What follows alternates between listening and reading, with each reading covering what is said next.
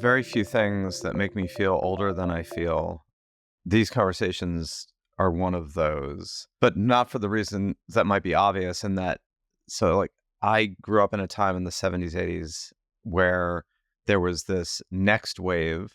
And already by then, there had been an earlier wave, right? So if you think about Aldous Huxley and Shulgin and Timothy Leary and Richard Albert, who became Ram Dass, there had been a first wave of like psychedelics as a pathway to both psychological health and or healing and or spiritual growth.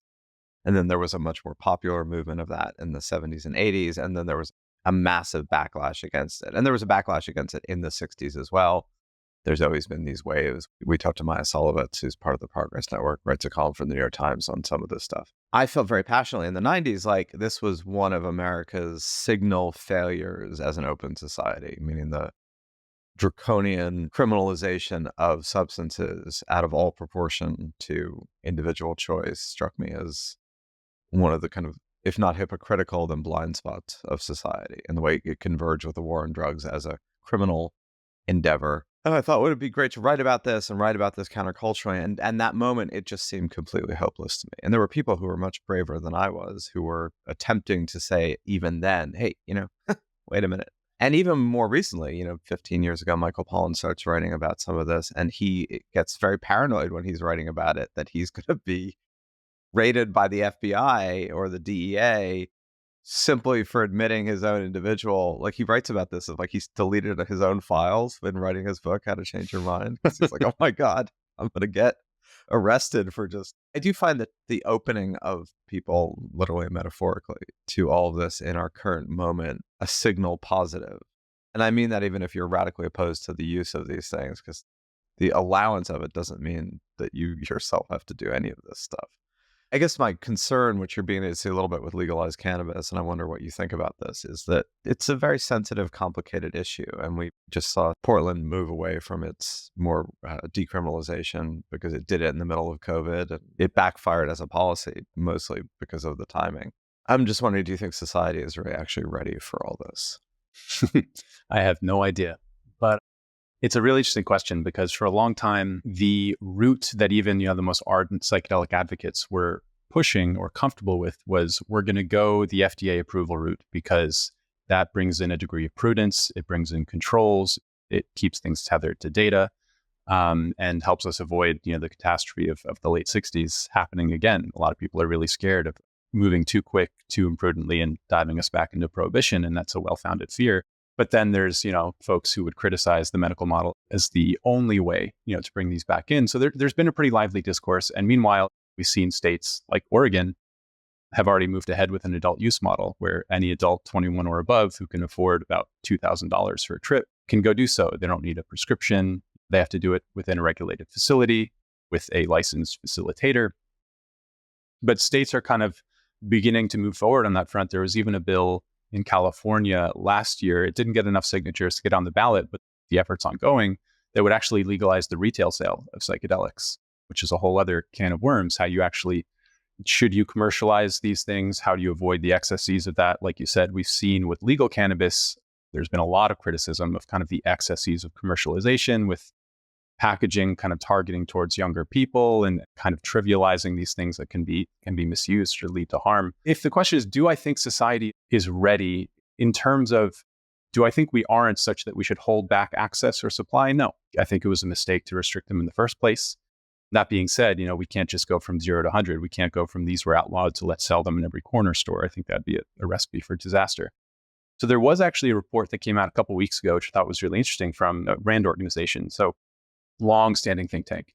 And they wrote, I think it was about a 160-page report on the question of how should we supply psychedelics, or how can we supply psychedelics outside of clinical settings?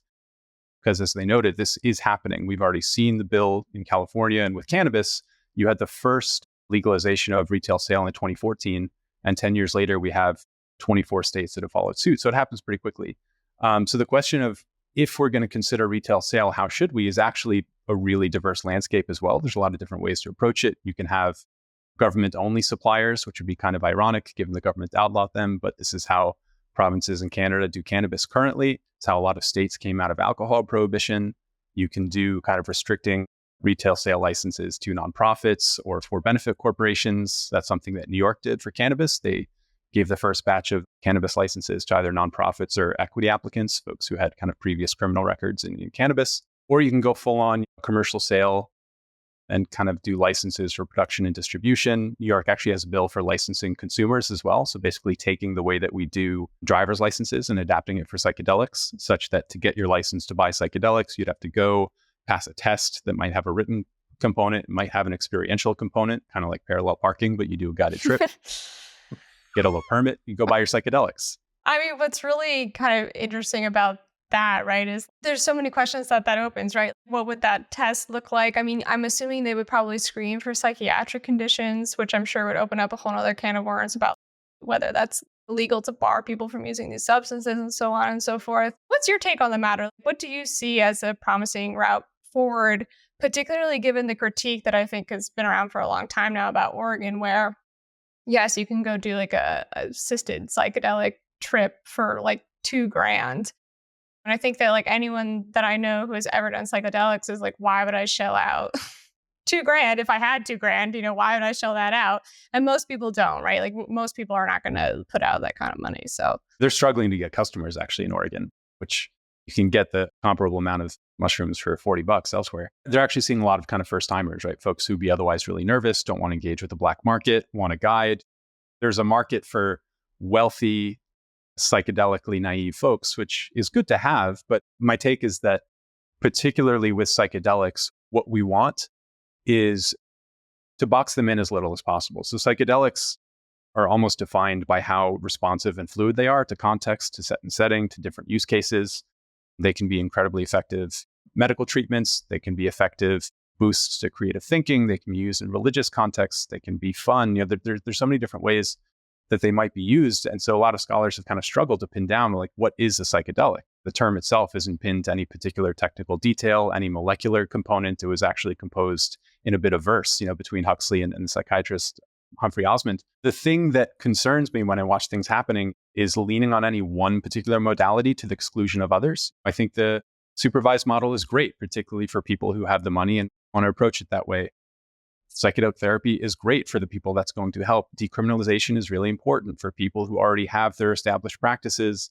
Religious exemptions are really important too. You have a lot of established churches who are just trying to continue on with their sacrament. You have new churches springing up, trying to kind of like put together new forms. I think that's really interesting. I think retail psychedelics speak to a gap that would remain in supply. There are going to be folks who can't afford a supervised trip. There are going to be folks who don't want to join a church, who won't get a prescription from their psychiatrist, and they should still be able to access psychedelics. But the question is how. I think the important bit is building in that diversity such that you strike a balance between allowing for flexibility while also bringing in support and harm reduction. That's always going to become more important the more scaled up supply goes.